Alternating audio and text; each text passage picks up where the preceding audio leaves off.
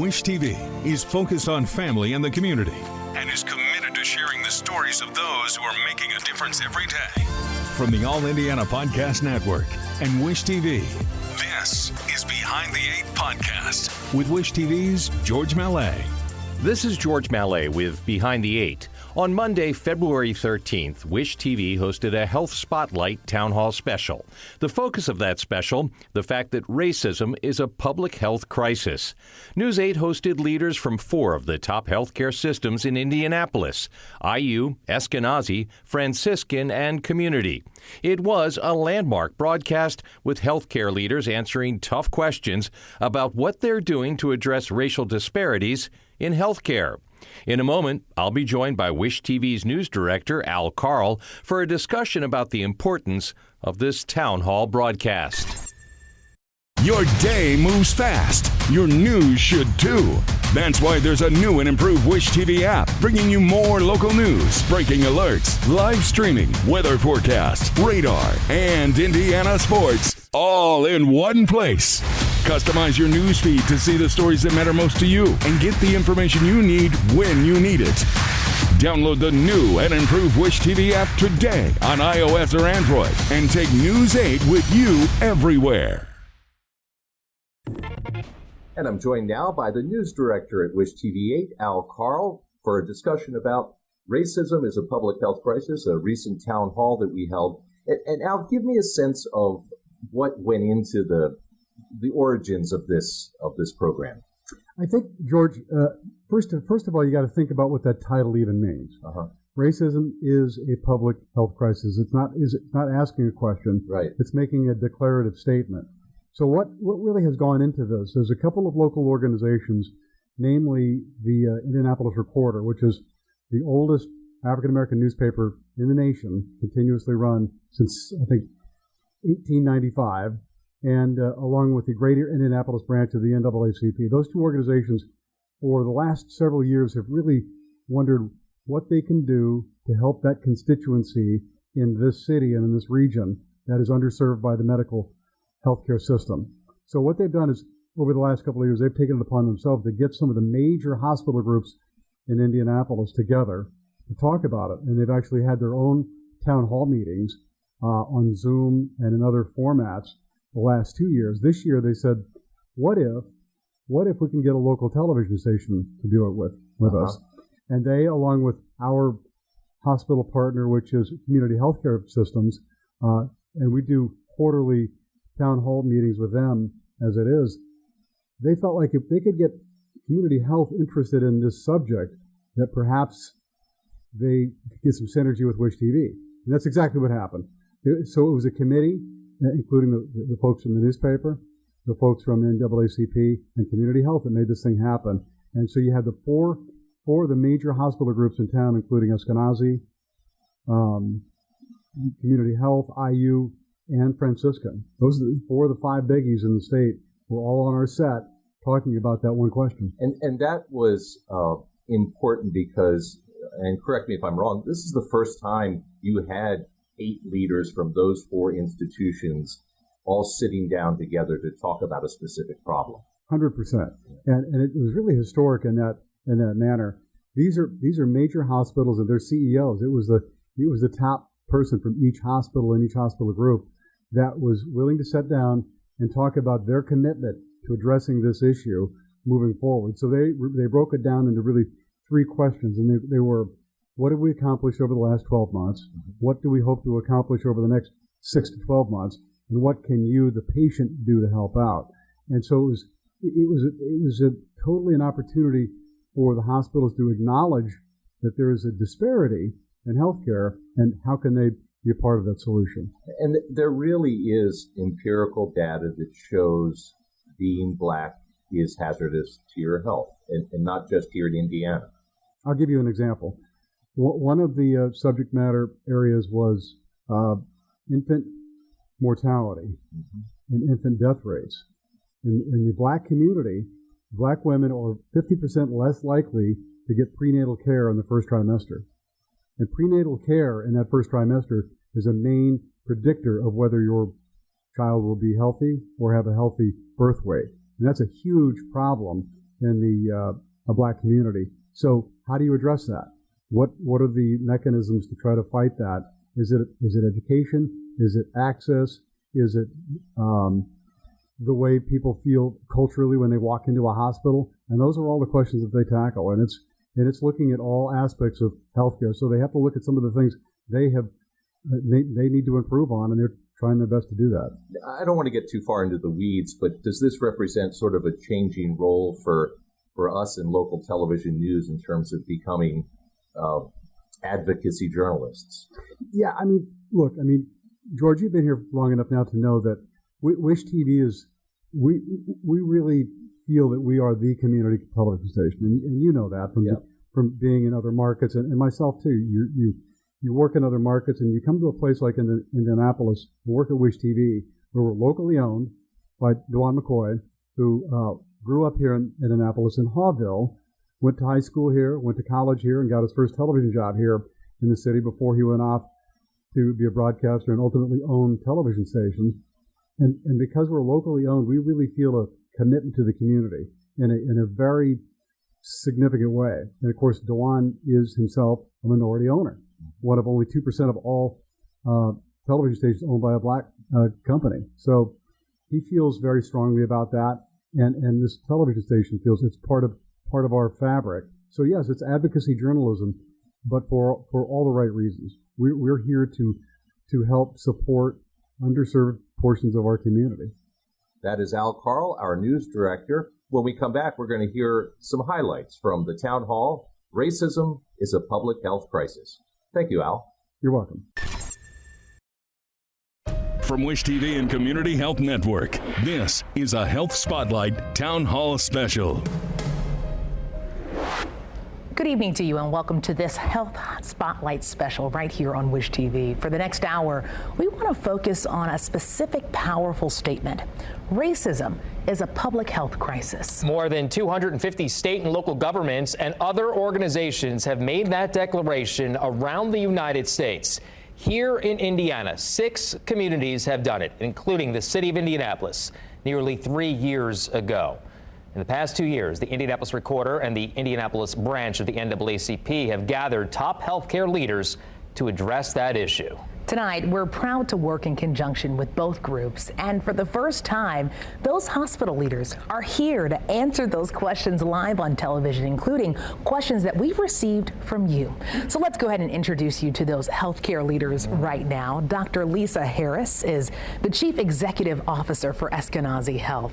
She's served in that role since 2003, but she's also worked in patient care, research, and teaching at Eskenazi for nearly 40 years.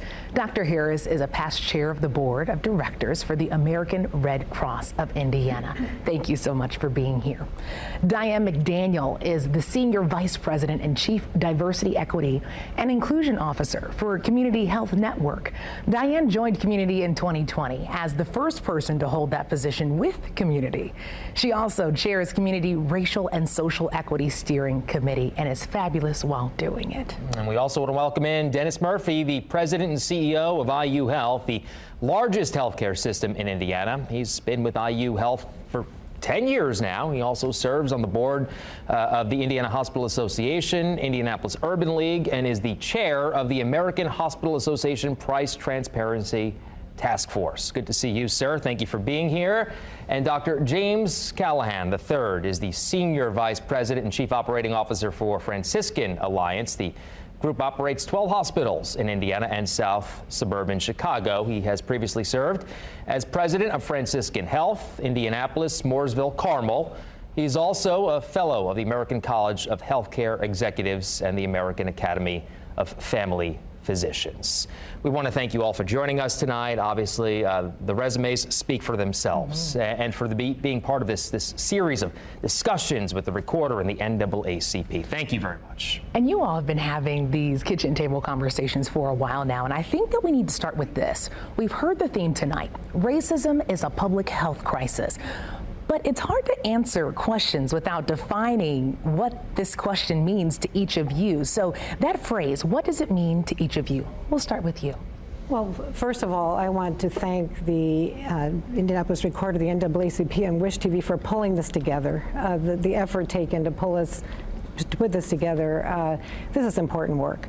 And as we have dug deeper into the work, I have found myself thinking about what we're saying and also maybe perhaps what we're not saying when we frame racism as a public health crisis. There's no question the systemic racism, by limiting opportunities for education and jobs and housing and transportation and nutrition and health care, has negative impacts on health. These social determinants span across generations and entire communities, and it's the responsibility of those with us within healthcare to work within and with our communities, with the communities leading the way. They know what they need to address these issues and to reduce barriers to care. And we are all doing this work. And so, for example, when I say that Eskenazi Health, with its origins as City Hospital, and tasked with caring for all residents of our community, regardless of ability to pay, exists to promote equity, I believe I'm making a true statement. And however, as I talk with our patients and their families and our employees and individuals within the community, I've come to appreciate that healthcare itself can represent a barrier to care, that there are deeply rooted and highly valid reasons for mistrust that are not easily dispelled.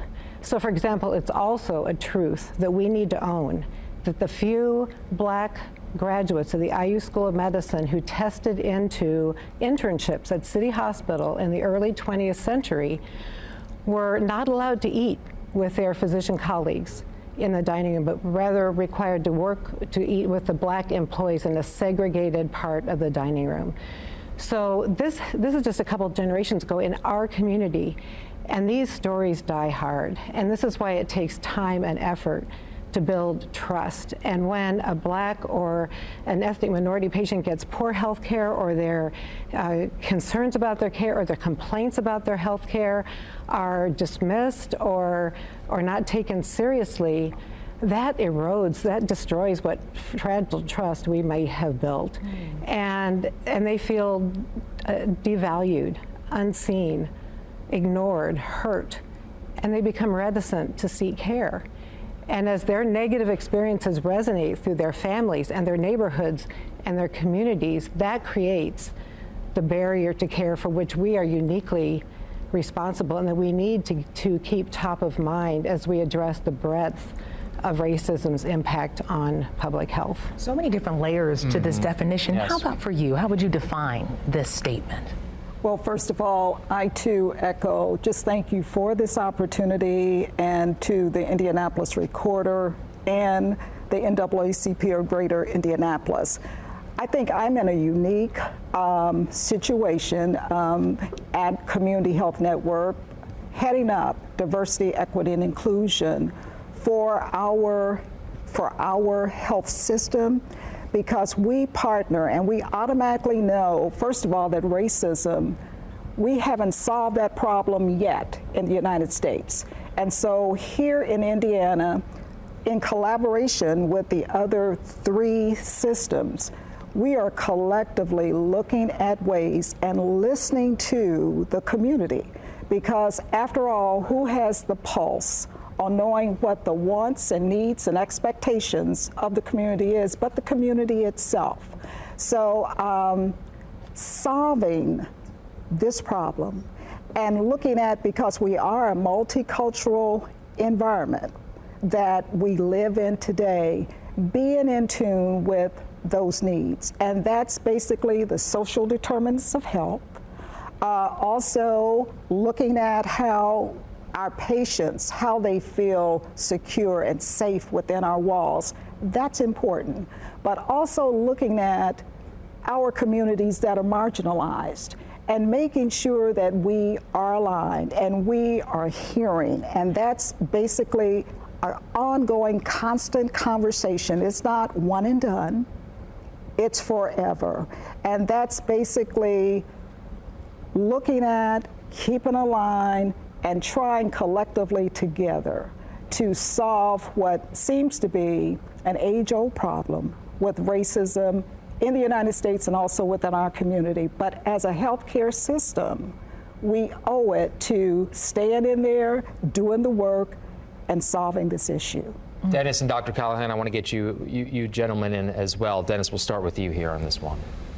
You know, I think the definitions are really important, and we think about it as those things that impact care that are not directly related to the direct provision of care, and they probably fall in two fairly large categories. Dr. Harris referenced one. We actually use the word social impediments to health, because the idea of things being social determinants means they're not changeable. And we actually think these things are changeable. So that could be, are you living in an area close to pollution?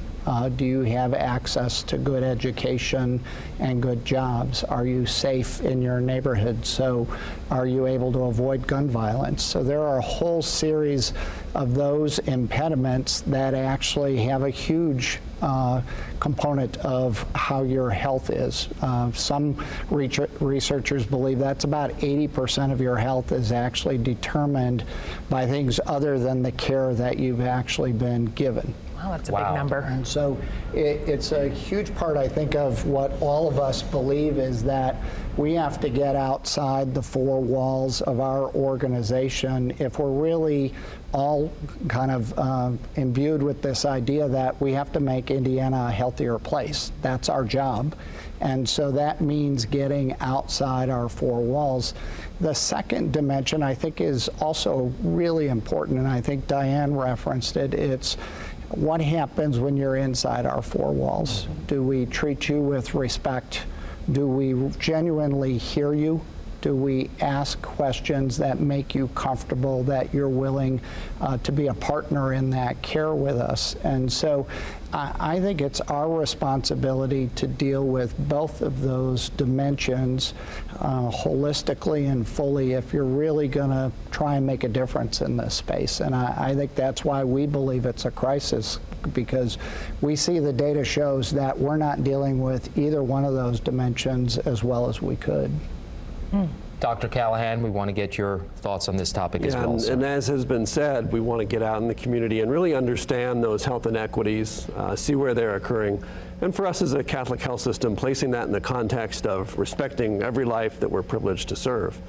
But then what we've been doing, we want to build the processes and the structures to learn about those inequities and then address them and improve them. And we've been working on that together. Easier said than done, I'm sure, and we'll talk with you folks in a moment as well. A big part of this effort over the past 2 years has been collecting data to help improve healthcare for everyone here in Indianapolis. Now, for the first time ever, we're going to reveal some of that new data for you. Alexis is with Dr. Patrick McGill, Chief Transformation Officer for Community Health Network. Alexis.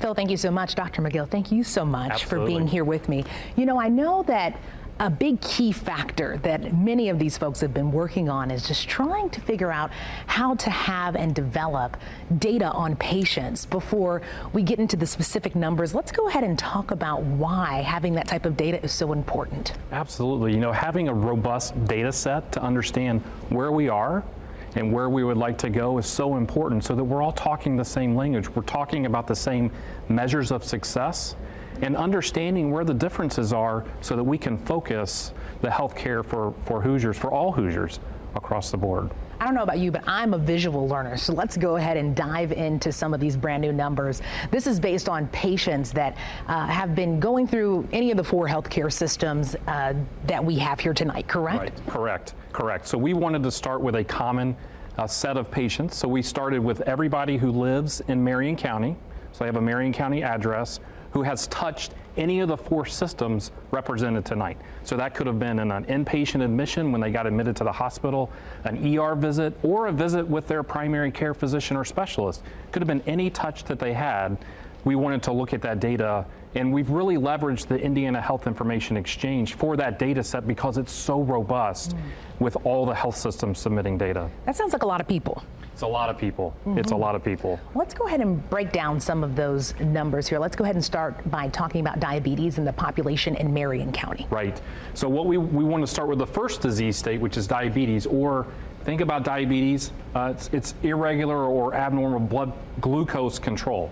And so that is the number one cause. When it's uncontrolled or untreated, it's the number one cause for blindness, kidney failure, and amputations in the United States. So it affects so many Americans. We wanted to focus there. So what you're seeing here is that there's 6 common tests that all diabetics should have. So we looked through the tests, we looked through the data, and said, okay, how many people, Marion County, again, touching the 4 systems, had 5 or 6 of the tests. So what you'll see is 62% of all the patients in the data set had 5 or 6 of the tests that they should have. Now, when you break it down by race, only 57% of white patients had 5 or 6 of the tests, but 70% of black patients, black African American patients, had those tests. And you can see across the other races, 62% Hispanic, Latinx had 5 or 6 of those tests. So that's really important. Are they getting the care that they need? Just the basics. Doing those tests.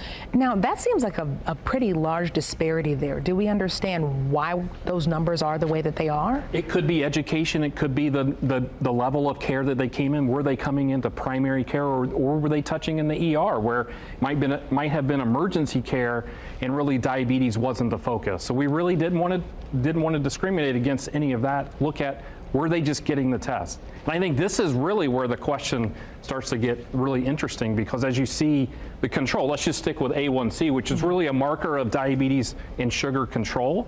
So you'll see that overall 60% had that under control of all the patients. 66% of white patients had their A1C or sugar under control, but only 57% of black African American patients had it under control, and down to 40% of Hispanic and Latinx patients had it controlled. So that means that we're doing the tests, more people were having the test, but less black African American patients actually had their sugar under control. And it goes back to putting some context with the data that you have. So let's talk about another key part of this when it comes to data. When it comes to infant and maternal health, that's been a big item. We have talked about that a lot within this Health Spotlight series. But when it comes to prenatal care for women, especially women of color, this has really come to the forefront. My question to you is it because now we know more? Why are we talking about this more? Because it seems like the problem has been there for a while. I think the problem has been there for a long time. I think we now have a robust data set to really show. We've known that the outcomes between white and black African American mothers have been different for a long time. But it's really understanding the data to understand why that is and what can we do about it. So when it comes to maternal and infant mortality, we know that prenatal care is the number one thing you can do, early prenatal care in that first trimester. And so when we looked at the data in Marion County, all the patients that have touched our systems, we see that black or African American mothers were 2 times more likely not to have prenatal care in that first trimester. That first trimester, when it's so important to get care early, we saw that there is a big disparity in women of color. Now, being a black woman, I see that, and that completely makes me shudder, because that means that, how many of my friends, if there's 4 or 5 of us in a group, that there's a good majority of us that are not getting what we need. Exactly. And so we have to understand why that is. Is it because of some of the concepts that were talked about earlier? Comfort coming in, being welcoming coming into the system. Do we have care in the areas where women live? Are we bringing care to them? Do they understand the importance of early prenatal care? I think those are all of the conversations that we need to start having collectively to really start to address this. I'm in that age where a lot of my friends are having their first sets of children, really, and we're talking about this. Birth weight has seemed to be a very big topic of conversation. Let's go through this data. Exactly. So we looked at low and very low birth weight babies. So low birth weight's defined by less than 2,500 grams. Very low birth weight is less than 1,500 grams. So very small. So when you look at the data, about 2 to 3 times more black African American mothers will have babies of low birth weight. And that translates down into very low birth weight, about 3 times higher for Black African American mothers. Now, putting context to what we're seeing here, again, what's the story behind that? Is that a nutrition thing? Is that an environment thing? Why are we seeing these numbers this way? I wish we could tell you from the data. I think that's where we have to commit to understanding more. Is it early prenatal care? Is it nutrition? Is it controlling blood pressure in pregnancy? Is it diet? Is it some of those social indicator factors that we're talking about earlier? I think that's all part of that story and so important. Absolutely. And I'm so happy that you're giving me visuals here. I believe we have another set of data I have one more to just give us a bit more context of what our neighbors and our loved ones are going through. Exactly. So let's talk about preterm birth. Yes, so the same thing. We're looking at preterm birth, so mothers that deliver early, 28 to 31 weeks, or very early, extremely preterm, 22 to 27 weeks. And so what you see is Black African American mothers 2 times more likely to deliver very preterm, and extremely preterm 3 times more likely. And again, same story. Why is that occurring? Is it related to care? Is it related to interventions in care, controlling some of those gestational diabetes, high blood pressure? What are all those factors? That's where we have to really lean in and understand. We understand them.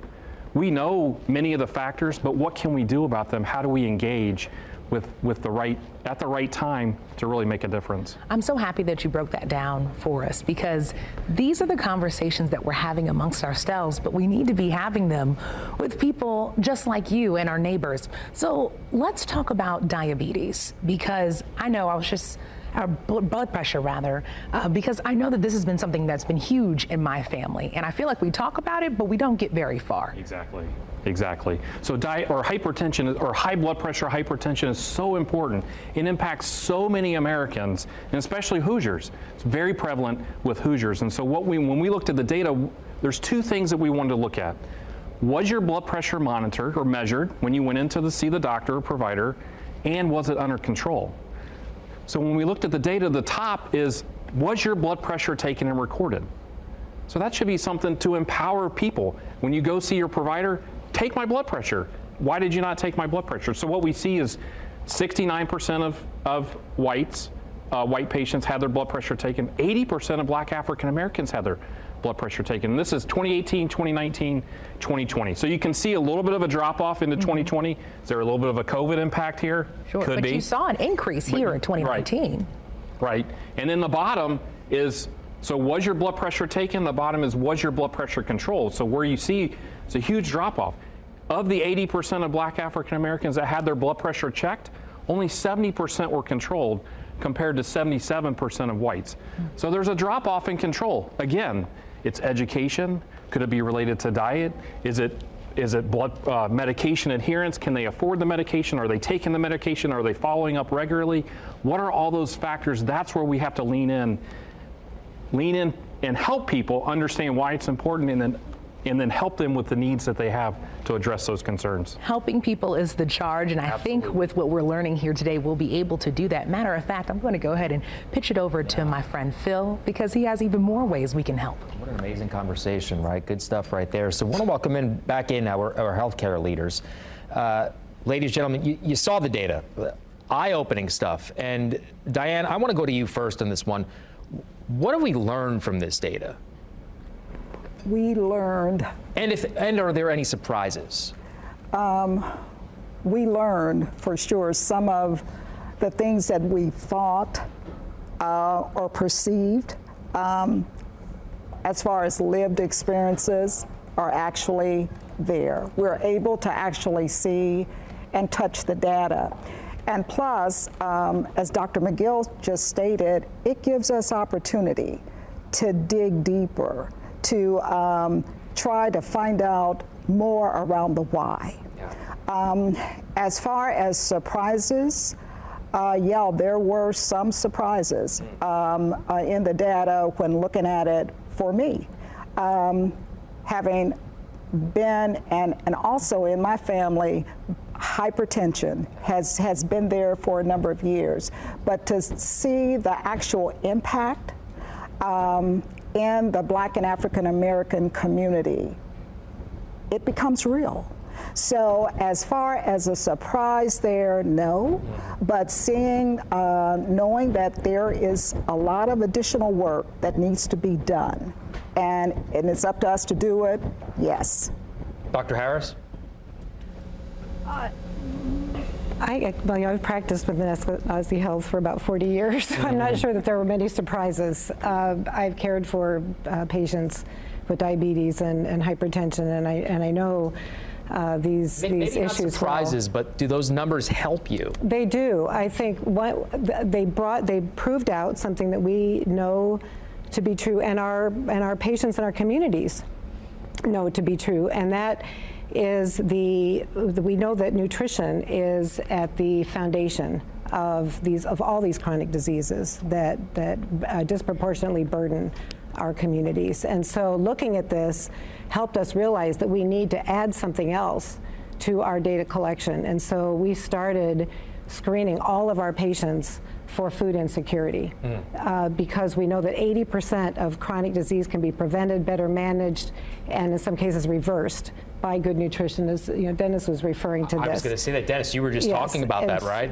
And so we've added, so we think that right along with getting all these measures and blood pressures and A1C, all the things we need to add a hunger vital sign. So we're screening everyone for food insecurity. And turns out about 30% of our patients are food insecure. And we have a whole host of interventions that follow from that I'm happy to talk about if we have time later. I don't want to take that all the time now. Sure. So that's something that we have put in place as a reaction to the data. I think the thing that is exciting about this is seeing that we can gather these data, we can get the large numbers that allow us across the community to see if we're really making an impact, much more than we can tell if we only look at the data within each of our health systems. The concern, though, is that we know that about 30% of patients are reticent, they're uncomfortable sharing information about their race, their ethnicity, and their preferred language. So to make these data most robust, we know that we need to work to get all those gaps filled in so that the data truly reflects the issues and points us in the right direction of where to focus our efforts. And so we're going to be talking about the campaign around that. We're going to have that coming up here momentarily. Dennis, I want to get you in here as well because it almost underscores what you talked about before in regards to how much of this is social, correct? Absolutely. I think the data for us collectively, I think we all committed to the idea that this is actually a crisis. You have to understand kind of that underlying baseline of where are we at today.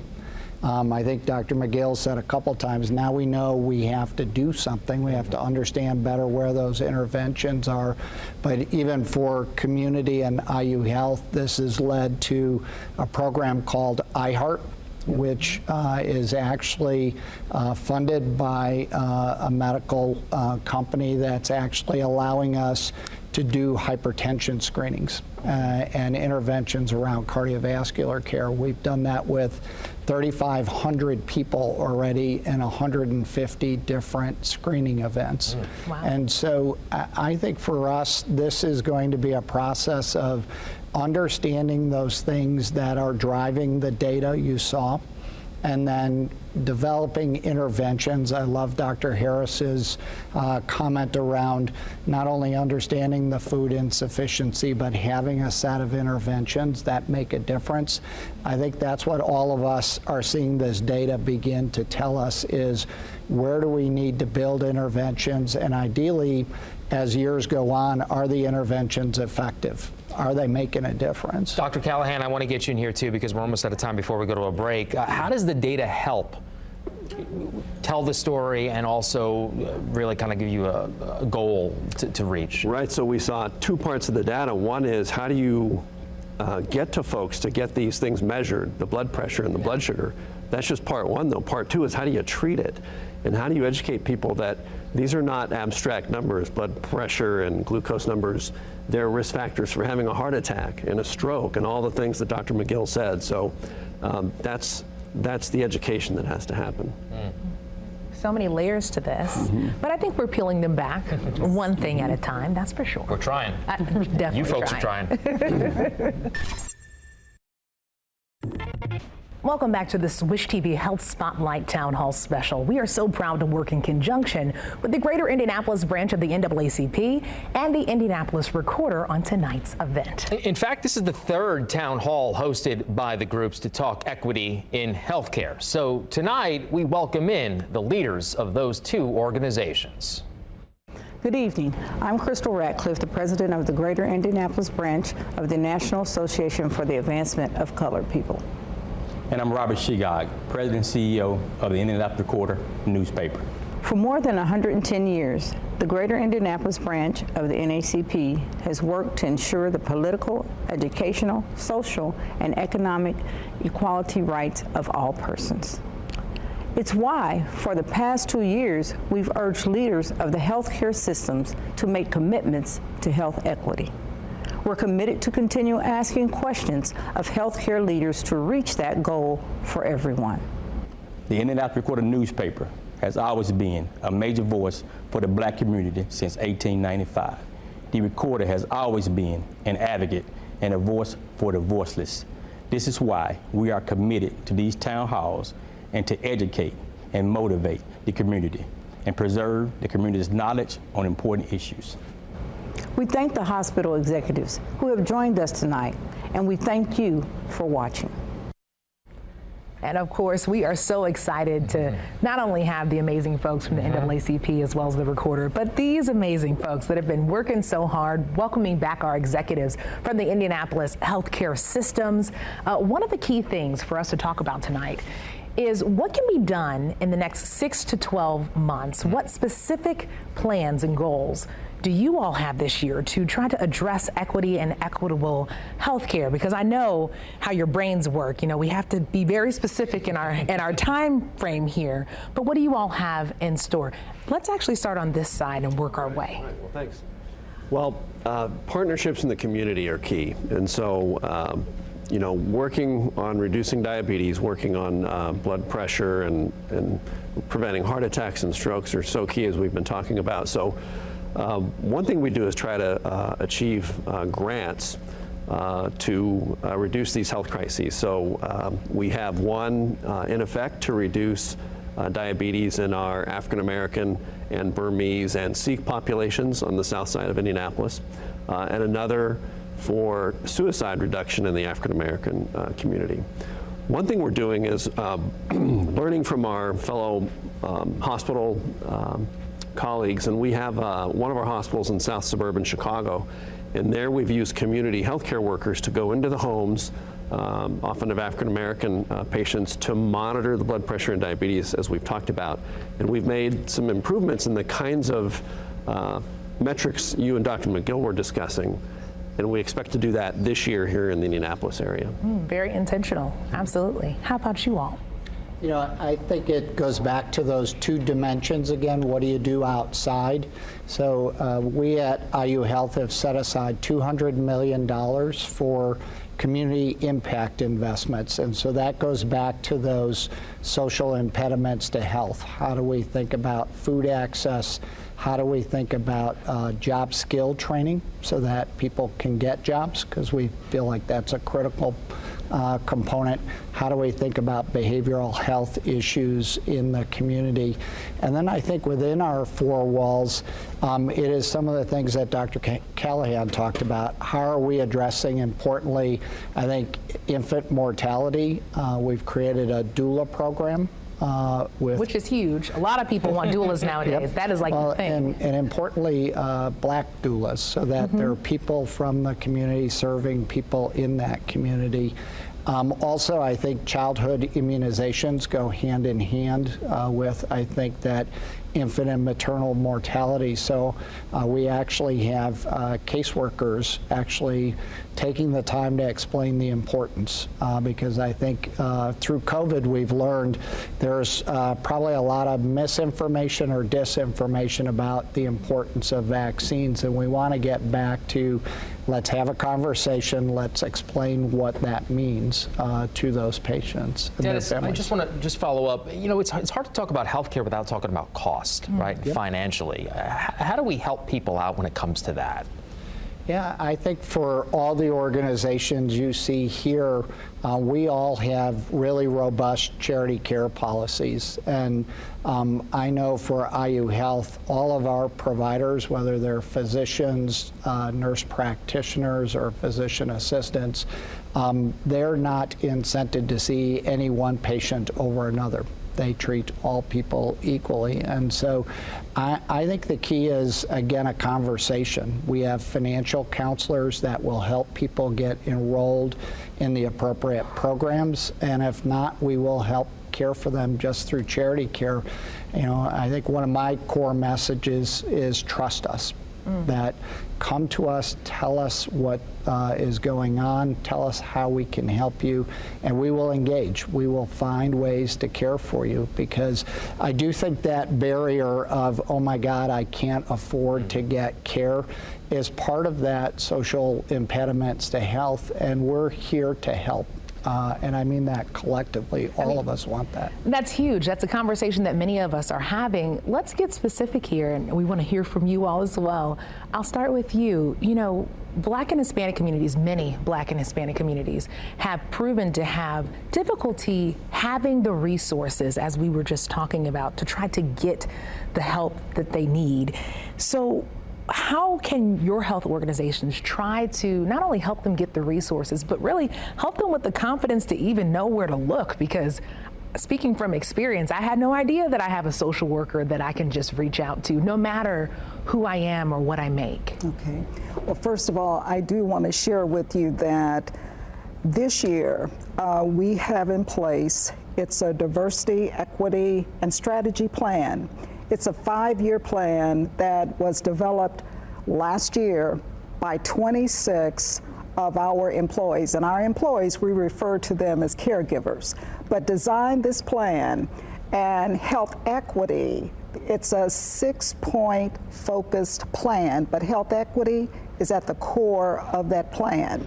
And part of that, when you ask about the Latino communities and other communities, a part of that is educating.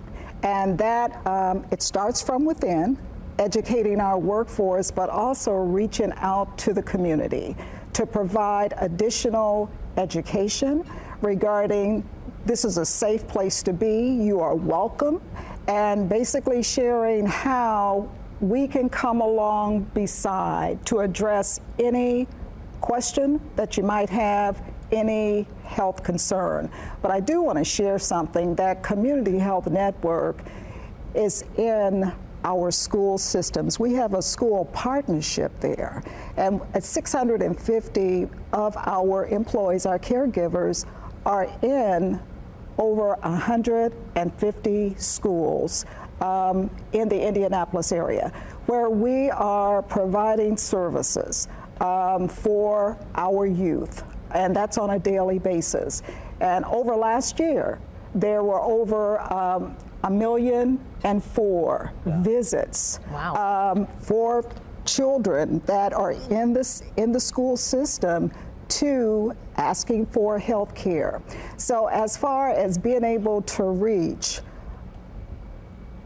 folks that are needing additional services, like our Latino population, we have iPads there that will help with assisting with language concerns, that will basically help to communicate what those needs are and for us to be able to answer those. Dr. Harris, you want to?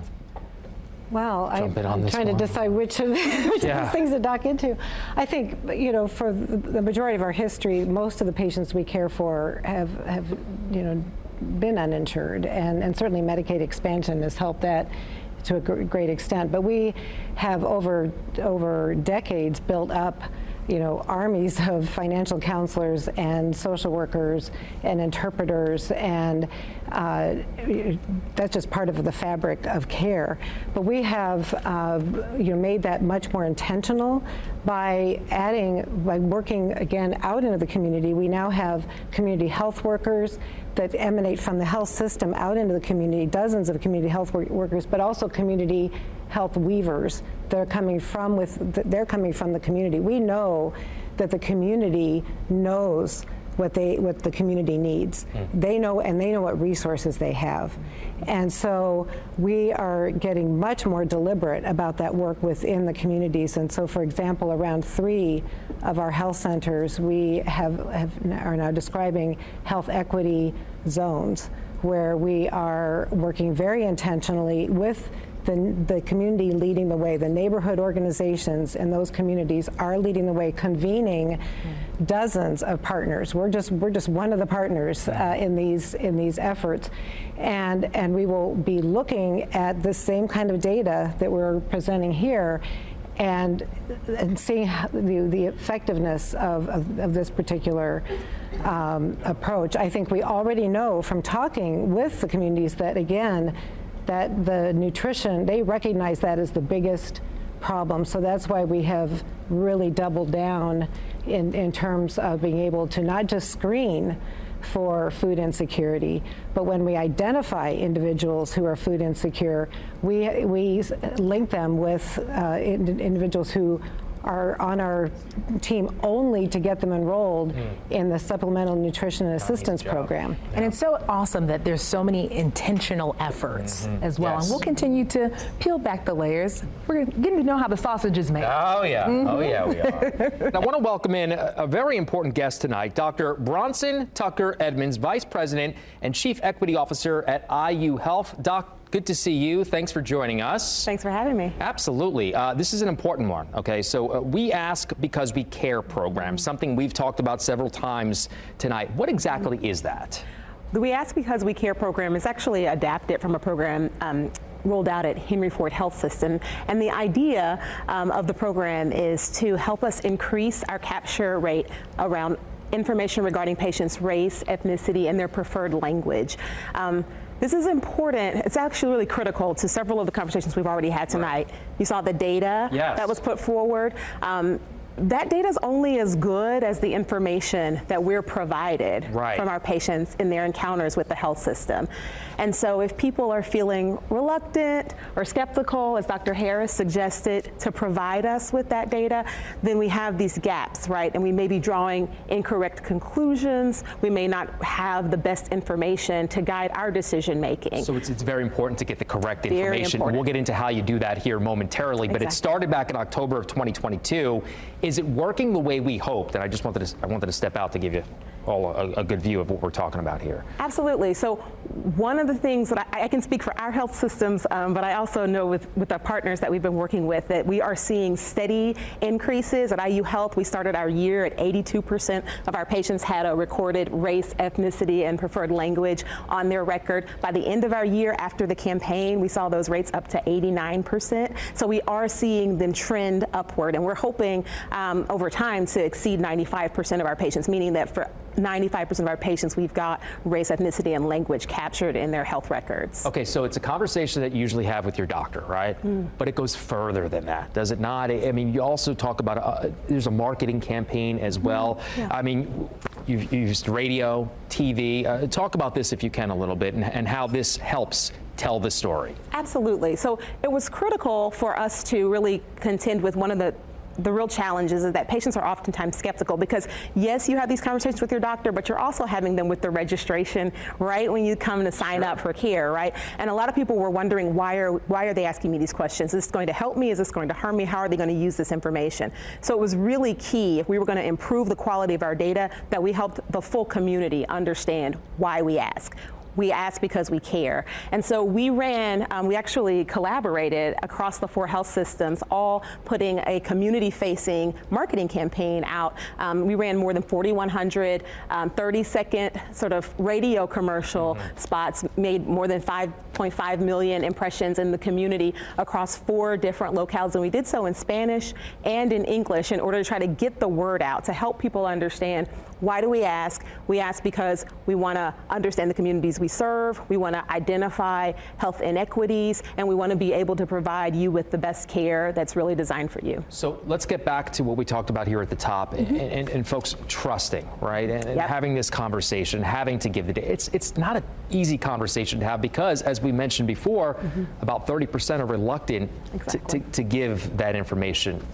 How do we work against that? How do we make it work? Yeah, I think that in large part, we have to show ourselves to be trustworthy, right? So we have to take good care of your information. It's confidential. It's not information that we're sharing with other parties. We're using it to provide care for you and to really identify sort of how do we put resources in place to ensure that patients get the highest quality care.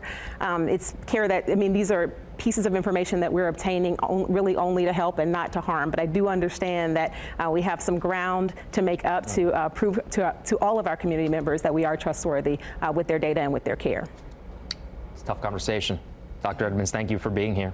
Happy to be here. Absolutely. Thanks. Alexis, back to you. Phil, thank you so much. We're talking about how racism is a public health crisis, and we're so proud to work in conjunction with the Indianapolis Recorder and the Greater Indianapolis chapter of the NAACP on this special event with the leaders of the largest healthcare systems here in Indianapolis. So we've talked a lot tonight about what the hospital systems have done, but let's go ahead and focus now on what you need from the community to achieve equity in healthcare. And when you hear that question, what immediately comes to mind for you all? So actually, Dr. Harris, I'll start on this side. When you hear that, when it comes to mind, what comes to mind for you when we're talking about what people can do to help you all? Well, I think it's, again, there are resources that are out there, and I think the individuals within our community know what their strengths are and they know their needs. And I think that the role that the NAACP and the Recorder can play, and that opportunities like this provide, is that vehicle for helping people have a conduit to be able to provide us this information, and a trusted sort of a source. It's a source of accountability as well. But I think that again, it's really about recognizing how the strengths that exist, and that there's a voice, and that there's a forum for individuals and communities to be able to express the areas where they need help and point the rest of us in the right direction. I think you touched on something that you and I were just talking about when it comes to the partnerships. Having trusted institutions like the NAACP and the Recorder to try to build trust in these communities of color, how important is that? And let's talk about partnerships. Yeah. Well, we are fortunate because with building a partnership with the Indianapolis Recorder and the NAACP of Greater Indianapolis over the past 2 years, collectively our systems have basically allocated resources where we meet on a weekly basis to look at and to help develop the information that we just presented, to basically show the dashboards. And with that, that's giving us an opportunity to even take it a step further, because now we have the data. We've seen the surprises. We realize change is happening, but we still have a way to go. And so we have leveraged another part of our gathering, and it's a 15-member team that started initially, but we have now basically put in place a communication and education team so that we can delve further into the data that we just witnessed tonight. But that's a collaboration with the 4 systems, with allocating resources. So we're serious about this work, and we're serious about getting it done, and getting it done with excellence for our community.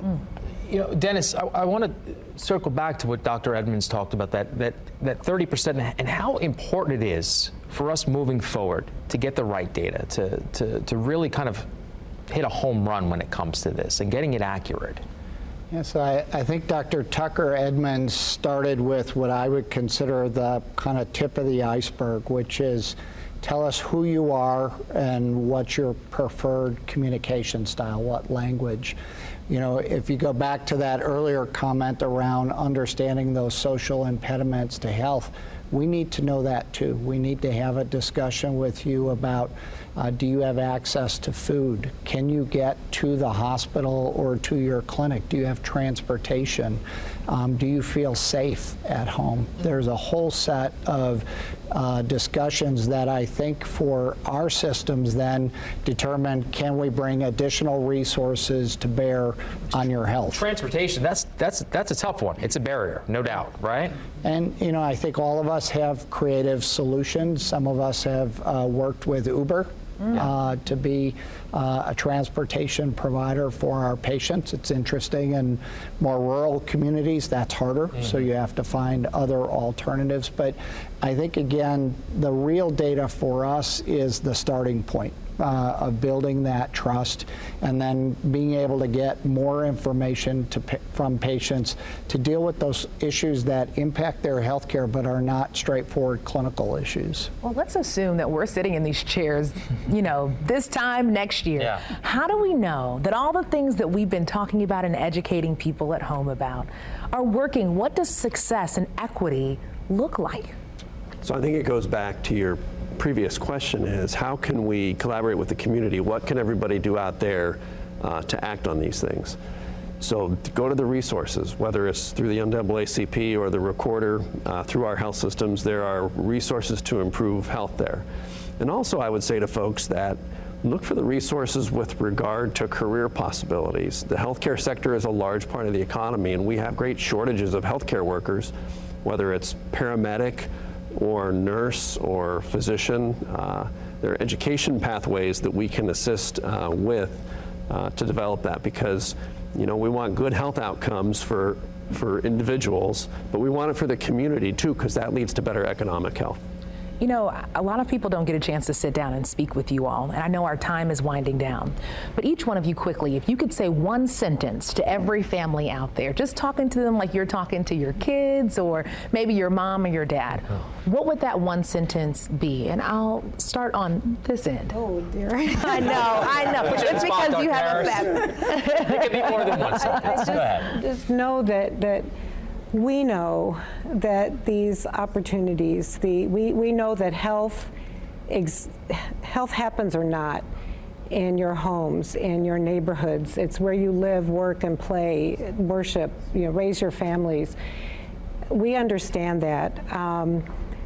And we know that the opportunities for good health, for the circumstances, you know, reducing the impediments, as Dennis said.